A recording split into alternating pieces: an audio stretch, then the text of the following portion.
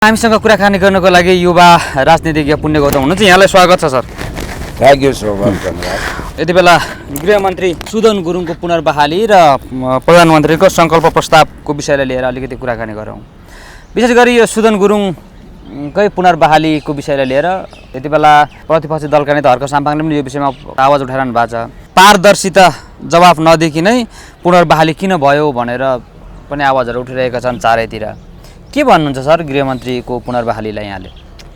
अब सुदन गुरुङलाई चोख्याउनको निम्ति एउटा नाटकीय कमिटी बनाइएको थियो। अब एउटा डायलग छ क्या नारा पाटेकरको कुनै फिल्ममा, कुनै हिन्दी फिल्ममा, यो त होनाही था साला भन्छ क्या, यो त हुनु नै थियो। यो सब नाटकीय प्रपञ्च थियो, यो सिर्फ एउटा बहाना थियो र उनको दाग लागेको छविलाई कथित रूपमा धोइ पखाली गरेर जनताको आँखामा छारा हाल्दा ओहो उनी त राम्रै मान्छे हुन्, सुदन गुरुङ भने त गजबका पात्र हुन् भन्ने गलत इम्प्रेसन पारेर जनतालाई बेवकुफ बनाएर यो छानबिनको नाटक गरेर उनीहरूले गठन गरेको छानबिन कमिटी, उनीहरूकै मान्छे, प्रतिपक्षी दलको नेता पनि थिएनन्, स्वतन्त्र मानिस पनि थिएनन्, केही कर्मचारी र उनीहरूकै मान्छे दुई चारजना राखेर छानबिन कमिटीको नाटक गरियो। त्यो कमिटीले राज्यले जे निर्देशन दिन्छ, बालन शाहजी वा डिप स्टेटले जे निर्देशन दिन्छ त्यही प्रस्ताव तयार गर्थ्यो, त्यही प्रतिवेदन तयार गर्थ्यो। उसले त्यही प्रतिवेदन तयार गरेर सुदन गुरुङलाई गौत पानी छर्कियो, सुन पानी छर्कियो। पारदर्शिता जवाफ नै आएन होइन? के छ को पारदर्शिता हुन्छ? तपाईँलाई एउटा कुरा भन्छु कि खुद बालन शाह पनि सुदन गुरुङलाई पुनः गृहमन्त्री नियुक्त गर्दा चिन चिडिन्छ कि, हुन त उनी चिन विरोधी नै हुन्, तर चिन चिडिएर मलाई अप्ठ्यारो पार्छ कि, मेरो प्रधानमन्त्रीको कुर्सीको खुट्टा नै भाँच्छ कि, अथवा उनी यति अपारदर्शी छन्, यति रहस्यमय छन् कि उनकै लागि मन्त्री परिषदका सदस्यहरूको सम्पत्ति चेक नगर्ने, जाँच नगर्ने, सांसदको नगर्ने भन्ने नियम बनाइयो। हो रातारात हिजो सामान्य एउटा गरिब परिवारको मान्छेको आज 35 करोड बराबरको सम्पत्ति छ र उनै फेरि एकदम सुशासनको कुरा गरिरहेछन्। योभन्दा ठुलो नाटक केही हुँदैन। र यस्ता विवादास्पद रहस्यमय हेर्नुहोस्, धरान धनकुटामै बस्ने व्यापार गर्ने मान्छेले त भेडेटारमा 35 रुपियाँ जग्गा किन्नु भने सपनाको कुरा हुन्छ, धेरै मेहनत गर्नुपर्छ। उनले जेनजी आन्दोलनको पछि लगत्तै रातारात 35 रुपियाँ करोडौँको जग्गा त्यहाँ खरिद गरेका छन्। उनको 35 करोड बराबरको सम्पत्ति छ। दीपक भट्ट त्यही केसमा जेल गएका छन्।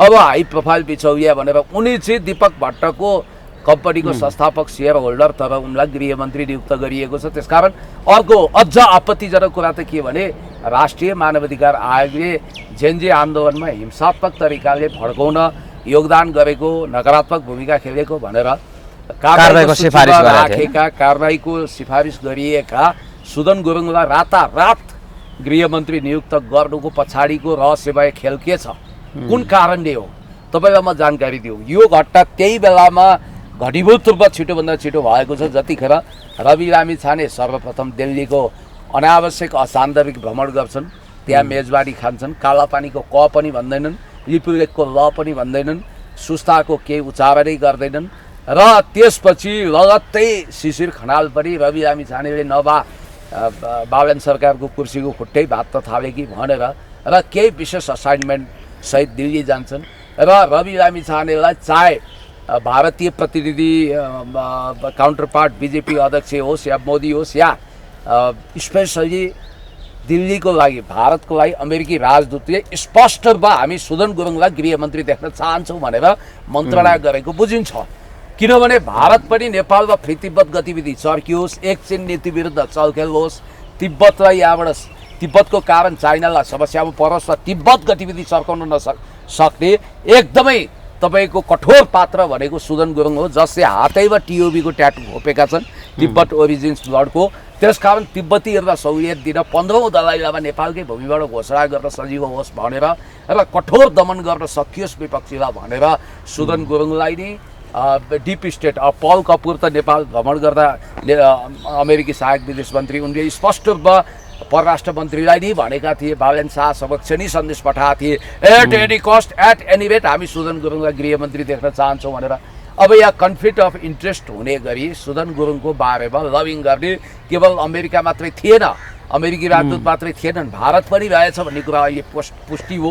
हुन त बालन शाहले सुदन गुरुङलाई गृहमन्त्रीको रूपमा रोक्न सकिन्छ कि भनेर प्रयत्न नगरेका होइनन्। उनले सिन्धुपाल्चोक गएर प्रहरी लगाएर CCTV फुटेज पनि ल्याए, दुनियाँ विवादास्पद कुरा आयो। तर पनि सुदन गुरुङ त डिप स्टेटको त्यो भागमा रहेछन् जहाँ उनलाई हल्लाउन सकिएन। त्यसकारण राष्ट्रिय मानवाधिकार आयोगको प्रतिवेदन, जसको आधारमा कुमार राभा बेलायतमा पक्राउ परेका थिए, त्यति शक्तिशाली आयोग जसले 6 महिनाभित्र कारवाही गर्नु भनेर सिफारिस गरेको छ। भोलि अदालतमा कसैले मुद्दा हालिदियो भने पनि त्यो मुद्दाको आधारमा आदेश आउन सक्छ फलाना तिलाना ढिस्कानालाई कारवाही गर्नु भनेर। उनी रवि लामिछाने जस्तै उनको पद जान पनि सक्छ। तर तपाईँलाई एउटा कुरा भन्छु, उनलाई पुरस्कार किन दिइयो?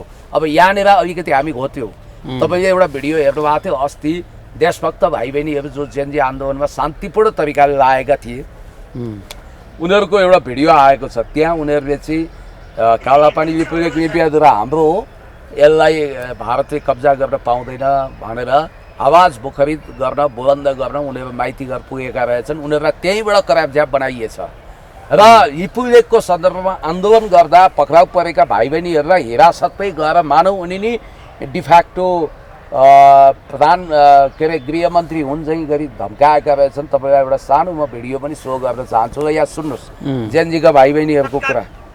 भारतका विरुद्ध तिमीहरू बोल्यो भने तिमीहरूलाई आजीवन कारावासको व्यवस्था हुन्छ भनेर भन्नुभएको छ। अर्को कुरा सुन्नुहोस्, नेपालको भूमि भारतले मात्र होइन, भारतले भन्दा 2/3 भूमि नेपालले मिचेको छ भन्नुभएको छ। उहाँहरूले भन्नुभएको छ सुदन गुरुङले त्यो CCTV फुटेज निकालौ न, केका लागि राख्यो त्यो CCTV?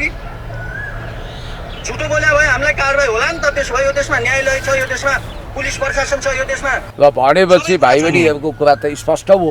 तपाईँको भारतको भूमि हामीले मिचेका छौँ भनेर अस्ति पनि मैले तपाईँलाई एउटा भिडियो देखाएको थिएँ। शिशिर खनालजीले त्योभन्दा अगाडि नै यी जेनजीका भाइ बहिनीलाई भने रहेछ। भनेपछि यो घन्टे प्लस खरानी ग्याङ त टोटली नेपाललाई तबाह बनाउने, आर्थिक रूपमा बर्बाद बनाउने, अनि त्यसपछि हर्क साम्पाङ र नेकपा एमाले देशभक्त पार्टीहरूलाई कर्नर गर्ने र हर्क साम्पाङ वा नेकपा एमालेका सांसदहरूले सानोभन्दा सानो काहीँ त्रुटि कमजोरी गर्यो भने पहाड चाहिँ बनाउने र उनीहरूका हजार कमजोरी ढाकछोप गर्ने। अहिले हुँदा यो 4 बुँदामा म आउँछु दरबार हत्याकाण्डको फाइल खोल्ने भनेका छन् क्यारे। सबभन्दा आपत्तिजनक कुरो भने त जेनजी आन्दोलनको क्रममा भएका फौजदारी अपराधहरूमा संलग्न भएका मान्छेको मुद्दा फिर्ता लिन यो सरकारले होमवर्क गर्ने भन्ने कुरा आयो। यसले राज्यमा दण्डहीनता बढाउँछ कि बढाउँदैन त्यत्रो आगजनी। अब त्यसमा मिनबहादुर गुरुङको 15वटा भाटभटिनीमा आगो लगाउने मान्छेलाई तपाईँहरू सुनपानी छर्किनुहुन्छ। अनि त्यसमा होइन, हिजो गृहमन्त्रीले शपथ लिँदै गर्दा भन्नुभयो सर, कुनै पनि नकारात्मक घटना घटेका छन् भने, दुर्घटना भएका छन् भने त्यसको पनि छानबिन गर्छौँ भनेर दरबार हत्याकाण्डसम्मको 2058को त्यो घटनासम्मलाई अब फाइल खोल्छौँ भन्दै गर्दा मिनबहादुर गुरुङले पनि पक्कै पनि न्याय पाउनु नै होला, किनभने सरकार बायस नगर्ला सरकारले। अब यो विषयमा अहिले आउँला सर, यो गृहमन्त्रीज्यूले जुन शपथ ग्रहणमा भन्नुभयो नि यो दरबार हत्याकाण्डको विषयमा, यो विषयमा अहिले आउँला। र योभन्दा अगाडि चाहिँ त्यो बेला अर्का नयाँ मन्त्री नवप्रवर्धन विज्ञान मन्त्री, अब पहिला अब जेनजी आन्दोलन पछाडि नै मन्त्री हुनुभयो उहाँ। अब महावीर पुनको कुरा गरौँ।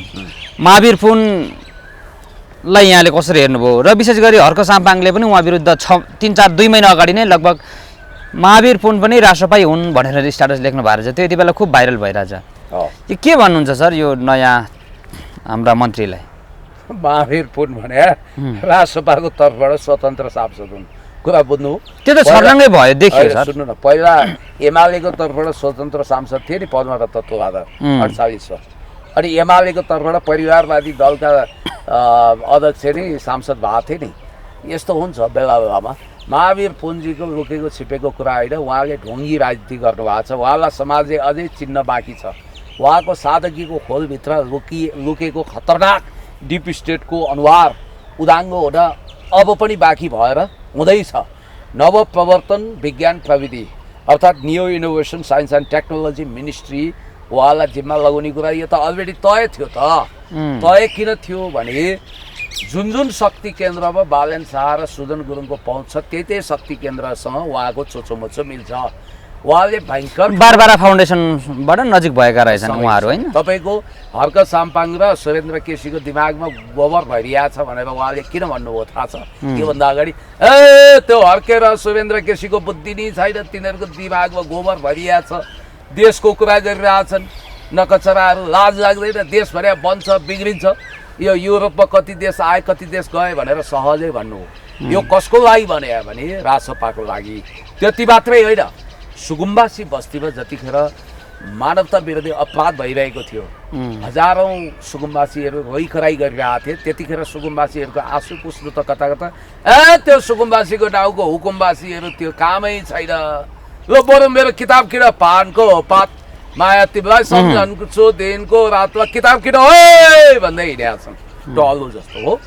अब हर्क साम्पाङको गुण बिर्सिने बैगुनी कृतज्ञ सांसद पनि हुनु। हर्क साम्पाङले के गर्थे भन्दा धरानमा पूर्व क्षेत्रमा पुरै टेन्ट लगाएर लाउड स्पिकर लगाएर उहाँको लागि थन्किएका किताबहरू बेचिदिए, करोडौँको किताब बेच्दिए, थन्किएका किताबहरू बेचिदिए। कामै छैन त्यो किताबमा, खासै केही कुरै छैन है। त्यो किताबमा जिस्ट कुरो केही पनि छैन। कृषि औजार कारखाना चलाएर चाहिँ के उत्पादन भयो हामीलाई भनिदिनु पर्यो पहिलो कुरो होइन। 14 करोड बराबरको पैसा उहाँले कमाउनु हो। ठ्याक्कै एकजनाले यहाँ कमेन्ट पनि गर्दै हुनुहुन्थ्यो कि सर कृषि औजार बनाए वैज्ञानिक भन्छन् तर खुर्पा र कोदालबाई के बनाएछन् भन्ने प्रश्न फेरि हुन त मान्छेले यो यसरी नै गर्दै थिए, यसरी पनि खिल्ली उडाउँदै थिए उहाँलाई होइन। आजको साइन्टिफिक जमानामा, आजको टेक्नोलोजीको जमानामा नेपालमा उत्पादन गरेको कुटो कोदालो विदेशबाट आउने कुटो कोदालो भन्दा 3 गुणा महँगो। जस्तो कि यहाँको 1000 यहाँ 3000 पर्छ भने विदेशबाट आउने 1000 र पाइयो भने मान्छेले त 1000 को किन्छ। त्यसकारण यसै पनि हामीले औद्योगिक पुँजीवादमा छलाङ हान्नको लागि यस्ता कुटीर उद्योगहरू स्थापना गरेर हुँदैन। लार्ज स्केलमा एसेम्बलिङ गर्ने उद्योगहरू स्थापना गर्नुपर्छ चाइनाको सहायतामा। हामी विश्व बजारमा प्रतिस्पर्धा गर्न सक्दैनौँ। WTO को हामी सदस्य हौँ। विश्वभरिका मालतालहरू यहाँ आउँछ। चाइनाले सस्तो मूल्यमा उसले मास स्केलमा प्रडक्सन गर्छ। त्यसकारण औद्योगिक पुँजीवादको निर्माण गर्नु छ भने यो काशी जाने कुत्तीको बाटो गरेर हुँदैन, अलि योजनाबद्ध तरिकाले गर्नुपर्छ। महावीर पुनको सवालपछि इन्वे भवन म्याग्सेसे पुरस्कार किन पाए? पश्चिमाहरूसँग चोचोमोचो मिलेर घाँटीमा टाई झुन्डाएर उनी 5 स्टारको लन्च डिनर खाँदै हिँड्थे। पछि त इन्वे नाटक गरे, म त राजनीति नै गर्ने होइन भन्दै थिएँ। स्वाट्टा आए, चुनाव लडे, चुनाव जिते। म कहाँ मन्त्री बन्नु, म स्वतन्त्र मान्छे भन्थे। अहिले मन्त्रीमण्डलमा आए। त्यति मात्रै होइन, अहिले यिनले जब हर्क साम्पाङज्यू नेकपा एमाले लगायतका पार्टीले नेपालले 1 इन्च पनि सिमाना कसैको बिचेको छैन। Land encroachment, cross border holding अथवा ल्यान्ड अकुपेसन भनेको बकैदा भारतले 80,000 हेक्टर जमिन नेपालको मिचिया छ। भक्तपुर जिल्लाभन्दा ठुलो भूभाग पूर्व मेचीदेखि पश्चिम महाकाली, सुस्ता, पशुपतिनगर, महेशपुर, कालापानी सबैतिर मिचेको छ। 27वटा जिल्लाको 30 ठाउँमा 80,000 हेक्टर जमिन मिचेको छ। जङ्गे पिलर उखालेको छ। नेपालको कालापानीमा उहिले सैनिक बेस क्याम्प राखेको छ। त्यसलाई अतिक्रमण भन्छ। तर महावीर पुनले बालेन शाहको भनाइलाई सहयोग पुग्ने गरी होइन नेपालले पनि उता मिचेको रहेछ, खोलो कहिले यता हिँड्छ कहिले उता हिँड्छ, उताले पनि यता मिच्या, यताका नेपालीले पनि मिच्या छन् भनेर सहजै हल्का तरिकाले कुरा गर्नु। अब उहाँ त देशै मर्छ बिग्रिन्छ भन्नु हुँदो रहेछ। आकाशमा चन्द्रमा सूर्य रहेछ, यो महान राष्ट्र रहनुपर्छ भनेर हामी भनिरहेछौँ, हर्क साम्पाङले भनिरहनु भएको छ। त्यसकारण हर्क साम्पाङज्यूलाई गाली गलौज गर्न, हर्क साम्पाङलाई बदनाम गर्न एउटा के भने आइरन कट्स आइरन, एउटा मूलवासीको छोरोलाई ठोक्नको लागि मूलवासी नै खडा गरेको अवस्था हो। त्यस कारणले गर्दाखेरि महावीर पुनको राजनीतिक पतन हो। यो जीवनको उत्तरार्धतिर आएर मन्त्री पदहरू सम्हालेर गइदिउँ न भन्ने जसले देशमा माया गर्दैन, जसलाई आफू बाहेक अरू ठुलो लाग्दैन, जसलाई पद प्यारो छ, जसलाई कुर्सी प्यारो छ, त्यो मान्छेले ठुला कुरा गरेर हुन्छ। हर्क साम्पाङले 1 महिना अगाडि नै कसरी लेखिरहेको थिए सर? लगभग 1-2 महिना अगाडि नै महावीर पुन राष्ट्रपाकै मान्छे हुन्, 1 दिन एउटा मन्त्रालय सम्हाल्न पुग्छन् भनेर लेख्नु भएको रहेछ 2 महिना अगाडि नै लगभग। होइन त्यो उहाँले ठिकै दूरदर्शिता हो, उहाँले छर्रङ्ग पछिको कुरा देख्नु हो। हामीले पनि भनेका थियौँ र मैले त अब अर्को एकजना राप्रपाको झिल्के सांसद पनि अहिले ताल नमिलेर हो, सुर नमिलेर हो, ती झिल्के पनि शरीरले राप्रपा तर मनले रासपा भइसकेका छन्। यस्ता धेरै पाखण्डीहरूको अनुहारबाट प्लास्टिक सर्जरी। तर उहाँले त फेरि प्रतिपक्षको भूमिका दरै निभाइरहनु भएको छ नि सर, उहाँको भर चाहिँ छैन। तपाईँ हर्क त्यही पार्टीका खुशबु ओलीले त फेरि हिजो सदनमा पाठ सिकाउनु भयो नि सर, होइन? हेर्नुभयो यहाँले हिजोको सदनमा खुशबु ओली, हर्क साम्पाङले प्रतिपक्षको भूमिकामा जसरी आवाज उठाउनु भयो ती त कमैले उठाउलान्, होइन? गाली पनि खान्छन् फेरि उहाँहरू। होइन, गाली त यो देशमा सत्य बोल्नेले ताली खाँदैन, गाली खान्छ झुटो। तर 20 लड्डु सरहको वाहियात कुरा बोल्नेलाई यो कलियुगमा ताली हुन्छ। त्यसकारण बाबुरामले अस्ति बालेन शाहलाई भने जस्तै अप्रिय सत्य नबोल्नु पर्ने जस्तो देखिन्छ हैन कता कता। बाबुरामले चाहिँ फेरि अप्रिय सत्य भनेर राष्ट्रघाती कुराको समर्थन गरे हुन्, देशद्रोही कुरोको। तपाईँलाई म याद दिलाउँ, मैले बारम्बार तपाईँलाई भनेको छु कि unrepresentative nations and peoples organisation UNPO मा मधेस भन्ने कथित मध्य देश दर्ता गरे। सुन्नु, सिके राउते आज सिके राउते नेपालले 1 इन्च जमिन नबित्दा पनि बालेन शाहले हामीले भारतको पनि धेरै ठाउँमा जमिन मिच्याएर छौँ भन्ने झुटो कुरा गर्दा स्याबास भने। किनभने भने 1950 को मैत्री शान्ति सम्झौता सन्धि मार्फत 1816 को सुगौली सन्धि खारेज गर्यो भने उनीहरूले एउटा गलत भाष्य निर्माण गरेका छन्। सुगौली सन्धि अगाडि मधेस चाहिँ नेपालको हिस्सा थिएन, याद गर्नुहोस् है। त्यो छुट्टै एउटा प्रदेश वा देश थियो, त्यसलाई नेपालले 2 लाख रुपियाँमा किनेको भन्ने गलत भाष्य निर्माण गरेका छन्।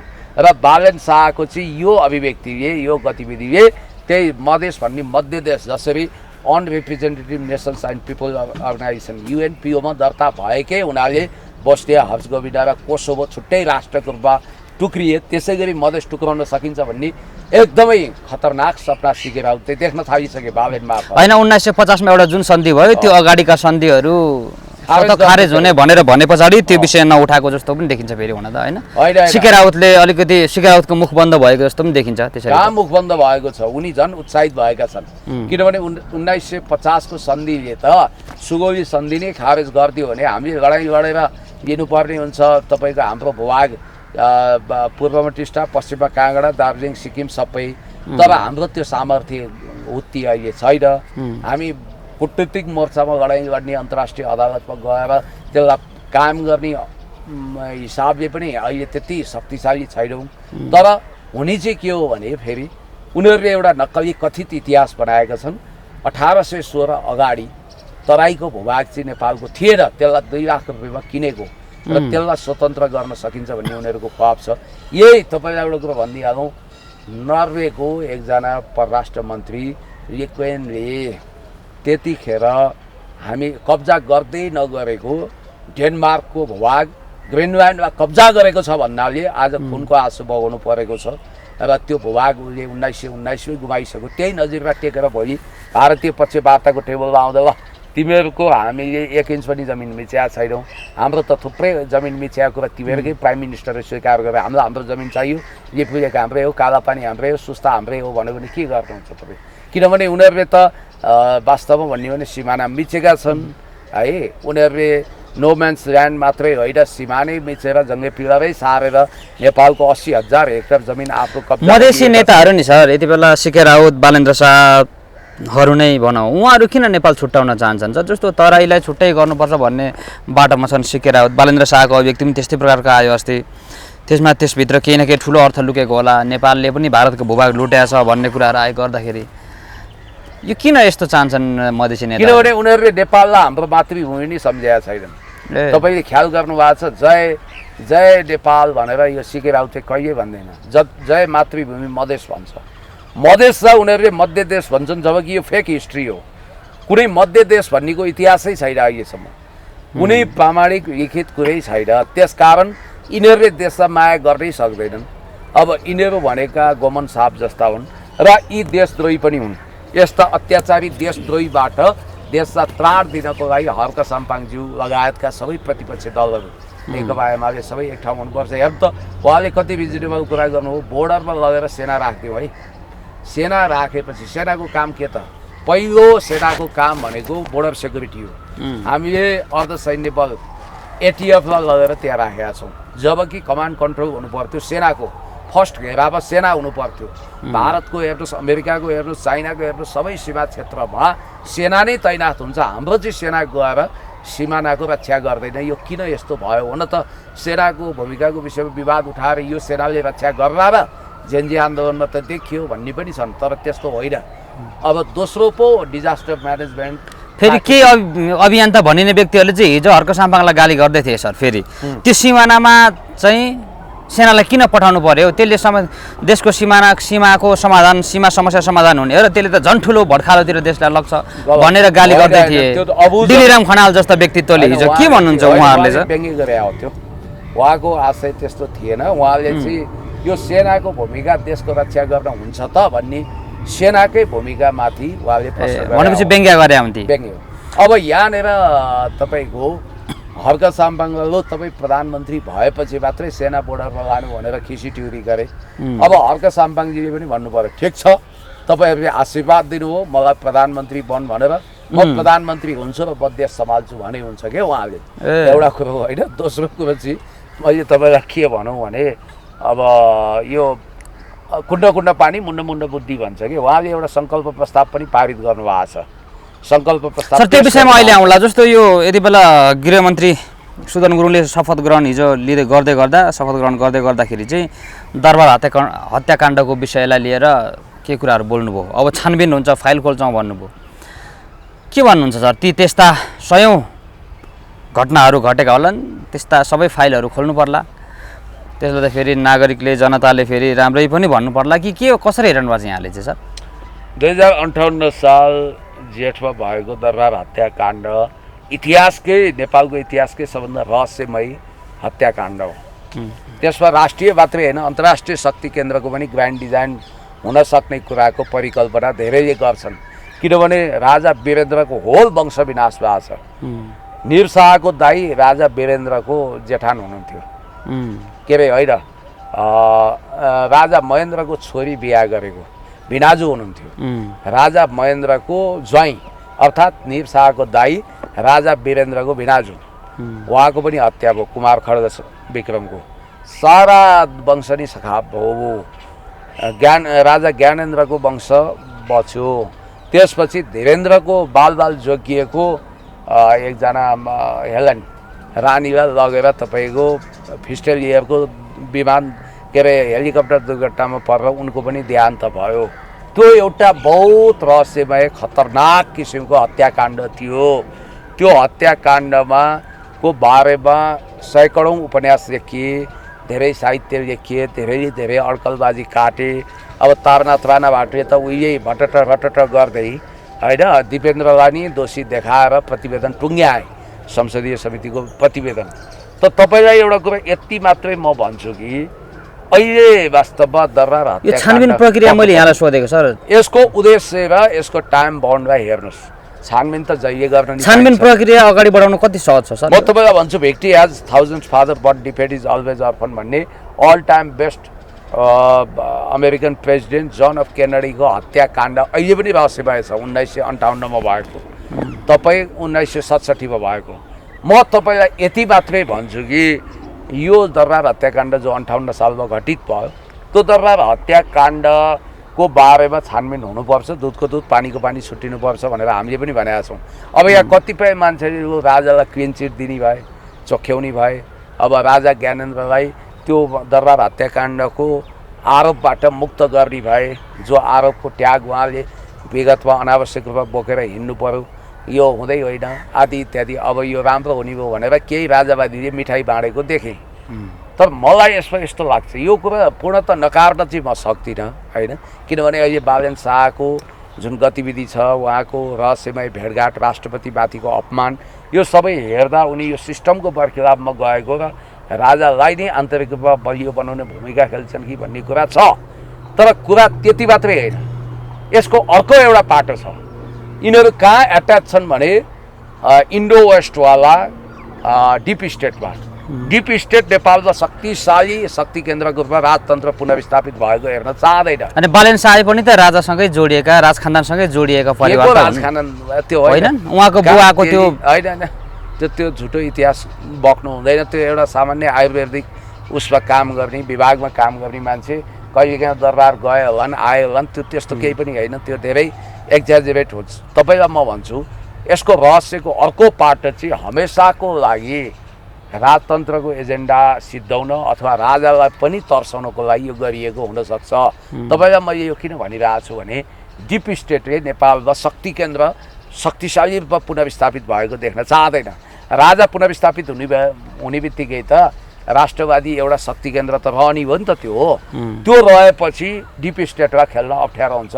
त्यसकारण मैले तपाईँलाई मेन ढङ्गले के भन्छु भने कतै दुर्गा प्रसाई अनि धवल शमशेर सहित अब यी राप्रपावाला राजावादीहरूले आन्दोलनको आँधी बेरी तुफान सृजना गरेर सुकुम्बासी लगायत राष्ट्रवादीहरूलाई उठाएर हर्क साम्पाङजीसँग पनि कार्यगत एकता गरेर यो सत्ता नै तहस नहस गरेर नयाँ विद्रोह गरेर नयाँ खालको जनविद्रोह गरेर राष्ट्रवादी विद्रोह गरेर सत्ता कब्जा नगरून् भनेर राजालाई चाइनासँग आन्तरिक रूपमा समझदारी बनाएर रुससँग आन्तरिक रूपमा समझदारी बनाएर पश्चिमा र भारतको बर्खिलाफमा कुनै गतिविधि नगर्नु, नभए हाम्रा केटाहरू त्यहाँ छन्, फाइल खोल्दैछन्, फेरि ठेगान लगाइदेऊला भनेर तर्साएको पनि हुनसक्छ।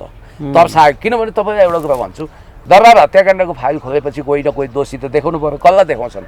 अब यहाँ भन्नेले त्यो बेलाको गृहमन्त्री रामचन्द्र पौडेललाई अप्ठ्यारो परियो जो अहिले राष्ट्रपति हुनुहुन्छ भन्छन्, तर मलाई लाग्छ त्यो बेलाको प्रधानमन्त्री नै हुनुहुन्न, त्यो बेलाको जिम्मेवार नेतै छैनन्, त्यो बेलाको प्रधान सेनापति आदि इत्यादि यहाँ त कसलाई अनुसन्धान गर्नुहुन्छ? तपाईँले फाइल त खोल्नुहुन्छ पेन्डोरा बक्स, तर तपाईँले एक खालको यो अब जे भए पनि खाटा लागिसकेका घाउ यो कोट्याएर कसलाई रमिता देखाउनुहुन्छ? उहाँहरूले फाइल खोलेर के भद्रगोल गर्न खोजेको हो?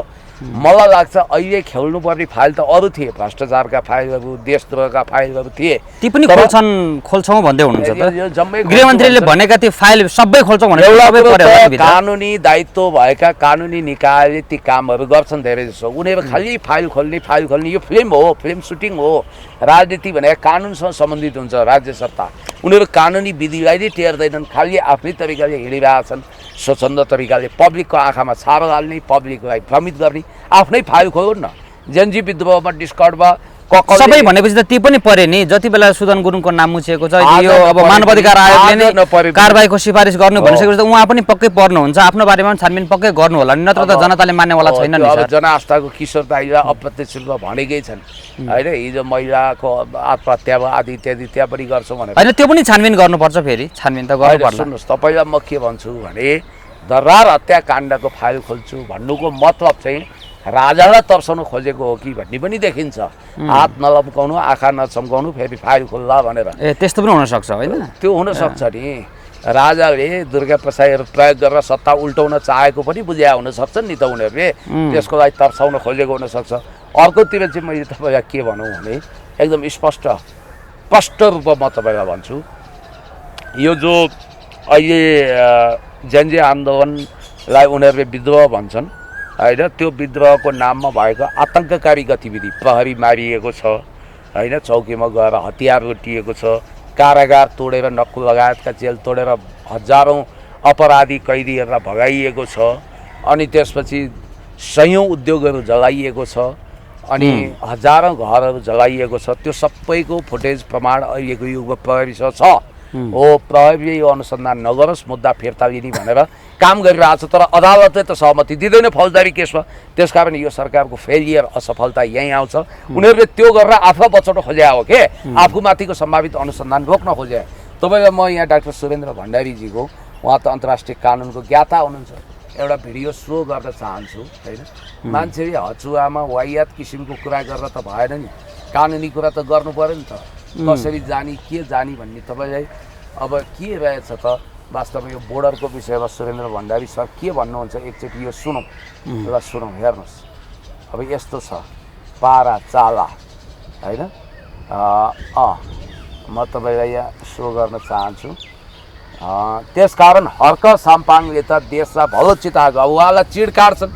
हेर्नुहोस्, उहाँले बाइक दुर्घटना गराएको पनि होइन, एउटा सानो भ्लग खिचेको या सिंहदरबार जगाउने, BICC जगाउने, देश बर्बाद बनाउनेलाई कारबाही गर्नु छैन। होइन, अहिलेको अवस्था त्यस्तै त छ नि सर। बालेन्द्र शाहले चाहिँ देशको सिमाना भारतले भन्दा नेपालले मिचेको छ भन्दाखेरि ताली बजाउँछन्, हर्क साम्पाङले चाहिँ एउटा हातले एउटा ह्यान्डल बाइकको समातेन भनेर चिट काटेर कारबाही गर्छन्, गाली गर्छन्। समाज नै यस्तो छ न सर, के भन्नु? एकजना सांसदलाई, ध्रुव राईजीलाई त पदबाटै हटाउनको लागि उनीहरूले यो वन्यजन्तु आरक्षण सम्बन्धी ऐनलाई नै देखाउँदैछन्, अर्थात् धेरै बाँदर मारेको भनेर उनीहरूले विभिन्न किसिमको नाटक नौटङ्की गर्दैछन्। तपाईँलाई म यो अलिकति यहाँ सुरेन्द्र भण्डारीज्यूको हेरौँ यो भिडियो। मिचेको शब्दको अन्तर्राष्ट्रिय कानुनमा एउटा अर्थ छ, त्यसको अर्थ करेक्टली फोर्सफुल्ली अर्काको जग्गा अर्थ छ। करेक्टली मिचेको शब्दको अन्तर्राष्ट्रिय कानुनमा एउटा अर्थ छ, त्यसको अर्थ हो डेलिबरेटली फोर्सफुल्ली अर्काको जग्गा आफ्नो कब्जामा लिने, त्यसलाई मिचेको भनिन्छ। फोर्सफुल अकुपेसन, अग्रेसन, इन्क्रोचमेन्ट, बल प्रयोग भएको हुन्छ, राज्यको उपस्थिति हुन्छ, राज्यले गरेको हुन्छ। नेपालले भारतको 1 इन्ची भूमि पनि मिचेको कुरा आजसम्म न भारतले भनेको छ, न कुनै अन्य मुलुकले भनेको छ, न नेपालभित्रका कुनै सङ्घ संस्था, रिसर्च इन्स्टिट्युसन, बुद्धिजीवी, मिडिया कसैले भनेको छ। कसैले नबनेको तथ्य उहाँले कहाँबाट थाहा पाउनु पर्यो? कसैले नबनेको तथ्य संसदमा गएर उहाँले बोल्ने जुन काम गर्नुभयो, यसले यो संविधान विपरीत छ, सार्वभौम सत्ता विपरीत छ र यो आफैमा एउटा राजद्रोह हो। उहाँले राजद्रोहको काम गर्नुभएको छ।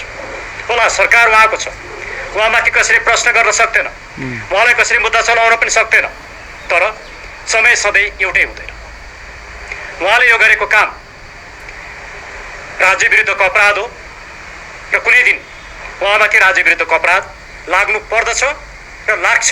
भनेपछि वरिष्ठ कानुनविदहरूले, अन्तर्राष्ट्रिय कानुनका जानकारहरूले यसो भनिरहनु भएको छ, भन्नासाथ अपराध त कहीँ पनि छुप्दैन, लोक्दैन होइन। हिजो ककलले तर यही विषयलाई लिएर यति बेला यो अब सङ्कल्प प्रस्तावको कुराहरू आइरहेको छ सर। प्रधानमन्त्रीले चाहिँ अब पुनः स्पष्टीकरण नदिने भनिसके पछाडि जुन कुराहरू निस्किएको छ, यसलाई कसरी हेर्नुपर्छ सर यहाँले? होइन, अब सङ्कल्प प्रस्ताव त उहाँले पेस गर्नुभएको छ, त्यो अब बहुमतको आधारमा पारित हुने नहुने बेग्लै कुरा हो। त्यसले एउटा ऐतिहासिक महत्त्व राख्छ। जस्तो प्रधानमन्त्रीले पटक्कै जवाबदेहिता दिनु भएन। यहाँनिर आश्चर्यजनक कुरा के छ भने प्रधानमन्त्री बालेन्द्र शाहको परीक्षा रवि लामिछाने या शिशिर खनालले दिएर हुन्छ? उहाँले गरेको गल्तीको पश्चाताप गर्ने, माफी मिना गर्ने अथवा त्यसलाई करेक्सन गर्ने दायित्वमा उहाँ हुनुहुन्छ। तपाईँको परीक्षा मैले दिएर हुन्छ? हुँदैन। त्यसकारण रवि लामिछानेले अस्ति कथित सर्वदलीय बैठक बोलाउनु भएछ, त्यसमा विपक्षीहरू नगएर स्वरै आना ठिक गरे, किनभने त्यो बदनाम गर्नको लागि हामीसँग चुचोमुचो मिलायो, हाम्रै पक्षमा छन् भन्नको लागि आयोजना गरिएको नाटक थियो। रवि लामिछाने त अहिले के छ र, कायर पामर लाछी हुतियारा छन्। उनले सिमानाको विषयमा एक अक्षर काहीँ बोल्न सक्दैनन्। काहीँ उनीहरूले यो तपाईँको कहाँ हुन्छ त्यो डिप्लोमेटिक नोटको ठाउँमा मिडिया प्रेस नोट जारी गरेका छन् उनीहरूले। एउटा मेमो दिएका छैनन् भारतमा। मोदीलाई भेटेर उनीहरूले सिमानाको कुरै उठाउन सकेनन्, अमित शाहसँग उठाउन सकेनन्, एसआई शङ्करसँग जोइन्ट स्टेटमेन्ट दिन सकेनन्। यो सब फाल्तु कुरा हो। मिडियाको सामु आएर ठुलो कुरो त राजेन्द्र महतोले पनि गर्छन्, राजेन्द्र महतोले पनि कालापानी हाम्रै हो भन्छन्। भने यस्ता फाल्तु वाहियात रकमी मान्छेहरूबाट देश चल्दैन। गम्भीर राष्ट्रघात भयो। यिनीहरूले देशको सिक्किमीकरण, भुटानीकरण गर्न तयार छन् यदि यिनीहरू सत्तामा टिक्नु छ भनेर दुर्गा प्रसादले पनि बोलिरहेछन् होइन। त्यस कारणले गर्दाखेरि म तपाईँलाई के भन्छु भने यो सत्ता सम्पूर्ण रूपमा असफल भइसक्यो। होल्डिङ सेन्टरमा राखेको एकजना भाइको मृत्यु भइसकेछ फोक्सोमा पानी जमेर। अहिलेसम्म 5 जनाको देहान्त भयो। हरिबिजोग छ। आर्थिक रूपमा देश तन्नम टाट पल्टिएको छ। उद्योग धन्दा चौपट छन्। व्यापार व्यवसाय फिटिकै छैन। देशमा लोन थपिया छ। देशमा लोनमाथि लोन छ। त्यस कारण यो सत्ता विरुद्ध भोलि शान्तिपूर्ण तरिकाले लाखौँ मान्छेले जनविद्रोह, अर्थमन्त्री विरुद्ध पनि आवाजहरू उठाएको छ होइन। त्यो त अन्तिममा के भन्नुहुन्छ सर यो विषयमा? अर्थमन्त्रीले करको दर हेरफेर गर्नको लागि बजेटको परिच्छेद नै चेन्ज गरेको अवस्था छ। हिजो यिनीहरू जनार्दन शर्मालाई भनेर थाक्दैन थिए होइन। अनि सुशासनको कुरा गर्थे। त्यति मात्रै होइन, गाडी खरिद गर्ने सवालमा यिनीहरूले 2 अरब बराबरको कमिसनको रफू चक्कर चलाउन खोजेको कुरा बाहिरियो। अर्थमन्त्री नैतिकताको आधारमा पदमा रहन मिल्छ? हट्नु पर्दैन। अनि त्यसपछि यस्तो सरकारले के गर्न सक्छ? त्यसकारण यो सरकार आफैमा प्रधानमन्त्री देशद्रोही, राष्ट्रघाती, गृहमन्त्री फौजदारी केसमा जोडिएको, मानवाधिकार आयोगले किटान गरे, अर्थमन्त्री करका दर हेरफेर गर्ने, राजस्व तलमाथि गर्ने व्यक्ति, अरू सबै मन्त्रीहरू कुनै न कुनै विवादमा जोडिएपछि यो मन्त्रीमण्डललाई 2/3 टेको पूर्णले राष्ट्रघात गरिरहन दिने, यो देश बर्बाद गरिरहन दिने कि शान्तिपूर्ण तरिकाले गाउँ बस्तीबाट गरिबदेखि सुकुम्बासी देशभक्त उठेर भोलि कुनै दिन हर्क साम्पाङ वा पुण्य गौतमलाई मन्त्री प्रधानमन्त्री बनाएछन् भने पनि आश्चर्य मान्नु पर्दैन। हर्क साम्पाङ, अन्तिममा सर एउटा प्रश्न यहाँले, हर्क साम्पाङले चुनाव लड्दै गर्दा सुनसरी सीता नम्बर 1बाट चाहिँ त्यहाँबाट चुनाव लड्दै गर्दाखेरि नै उहाँले भन्नुभएको थियो र जितिसके पछाडि पनि भन्नुभयो, हामीले सानो सिट प्राप्त गऱ्यौँ, थोरै सिट प्राप्त गऱ्यौँ, तर लगभग 2/3 सरकारले देशलाई घात गर्छ भने गर्न ट्राई गर्छ भने त्यो रासपाको घाँटीमा चाहिँ काँडा बनेर हामी बिजाइरहनेछौँ भनेर त्यो के भन्छ प्रतिबद्धता जनाउनु भएको थियो। अहिले आएर हर्क साम्बाङले त्यही गरिरहनु भएको छ। जहाँ जहाँ रासपा यो सरकारले गलत गर्न खोजिरहेका छन् त्यहाँ चाहिँ हर्क साम्बाङ लगायत प्रतिपक्षी दलका केही नेताहरूले आवाज उठाइ नै रहनु भएको छ। यो विषयमा प्रतिपक्षीको भूमिकामा रहेर आवाज उठाउँदाखेरि उहाँ विरुद्ध अब धेरै खतरा बढिसक्यो। हिजो त उहाँले भन्नुभयो अब हामीले यो कानुनी रूपमा जाने भन्दा पनि मिठो बोलेर जानुपर्ने अवस्था आइसक्यो भनेर सुरु गर्नुभयो हिजो सदनको त्यो अभिव्यक्ति पनि। कसरी हेर्नुभयो सर अन्तिममा यहाँ के भन्नुहुन्छ? त्यो यिनीहरुमा सेटारिकल बाण हाने हो। तपाईलाई म एउटा कुरा भन्छु, पार्टीका नेता बिग्रियो भने, पार्टी यदि गतिको छ भने कार्यकर्ताले त्यसका शुभचिन्तक भोटरले त्यो नेता फेर्छन् या उनीहरुलाई बदल्छन्। तर होल पार्टी नै बिग्रियो र त्यसमा भएका भोटर्स त्यसका कार्यकर्ता नै होइन नेपालले भारतको सीमा मिथ्या हो भन्दै नक्कली प्रमाण लिएर होइन फेक प्रमाण झुटाउँदै देशलाई कमजोर बनाउन हिँड्छन् भने त्यस्तो पार्टीको औचित्य छ। त्यसकारण त्यो पार्टीलाई नै जनताले बिस्तारै बहिष्कार गर्नेछन्। यो खरै हो के भाइ, खरै गडगडाएर आउँदाखेरि यस्तो लाग्छ कि यो खोलोभन्दा ठुलो छ। ओहो यो त ठुलै नदी नै बगेछ, तमोर रोसी नै भएछ भन्ठान्छन्। तर खरे त श्रेणीको कवि शिरोमणि लेखनाथ पौडेलले त्यही भएर भन्नुभएको छ नि, छोटो बढेपछि भारी फुर्ती बढाउँछ, उर्रेको खरे हेर कतिको गडगडाउँछ। अब अमेरिकी युथ काउन्सिलको मेम्बर भावेन शाह हुनुहुन्थ्यो, नेपालको महान नागरिकता त्यागेको रवि लामिछाने अमेरिकी नागरिक हुनुभयो।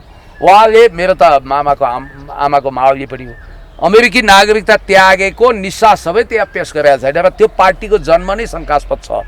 जतिखेर सदनले तपाईँको SPP state partnership programme pass गर्दैनौँ भन्यो, शेरबहादुर देउवा केपी ओलीज्यूहरूले एउटा सङ्कल्प लिनुभयो। त्यसको भोलिपल्ट 2079 साल असार 6 गते यो पार्टी जन्मिया छ भन्ने बित्तिकै यो पार्टी फेरि अलरेडी अमेरिकामा जन्मिएको पार्टीको नेपाल शाखा, नेपाल च्याप्टर, नेपाल ब्रान्च जस्तो 2009 मा चाहिँ त्यतिखेर अमेरिकामा जर्ज सोरोजले फन्डिङ गरेर एउटा पार्टी जन्माएको थिए, करोडौँ अरबौँ डलर खर्च गरेर, अमेरिकन फ्रिडम पार्टी। त्यसको चिन्ह पनि घन्टी थियो।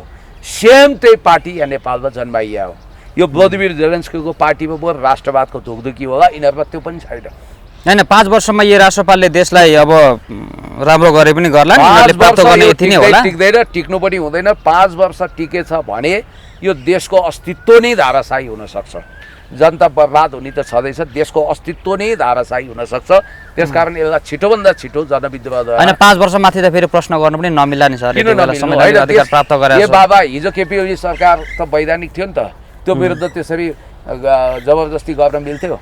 बाहिरबाट, संसद बाहिरबाट समाधान खोज्न मिल्थ्यो? गरे त।